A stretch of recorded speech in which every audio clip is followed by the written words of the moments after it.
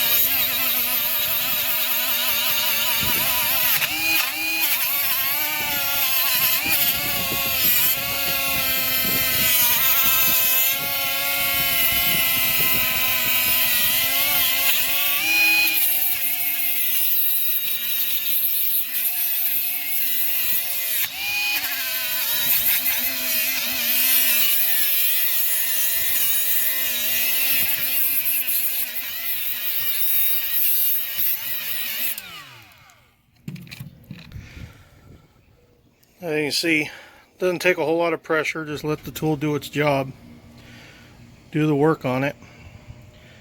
I don't have any problem using it. I don't need to put any more pressure than I normally would with the air version. I'm really liking this Milwaukee stuff.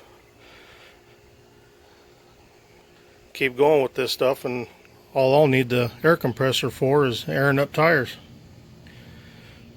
But cleans up real nice, got the rust off, down to bare metal. Hardly any effort, just putting basically the weight of the tool on there. And that's with the 120 grit disc. Probably would have got a lot more aggressive if I put a lower grade on there. But I picked up a whole, I forget how many pieces it is off Amazon, twist lock set. A whole bunch of discs and buffing pads. Got the arbor for it. The next one I'm going to get the straight version. So I have a cutoff wheel. Probably get another attachment for this so I can put the cutoff wheel on this. And so far, doing just fine. Highly recommend it. I got it from one of my local tool discount shops. $135 for the tool only.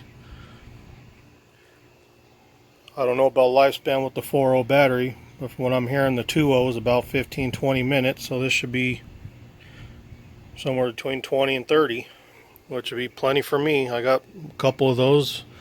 I'll buy a couple 6.0s if I have to. Well, there it is. Don't take much pressure. Does the job. Till next time. See ya.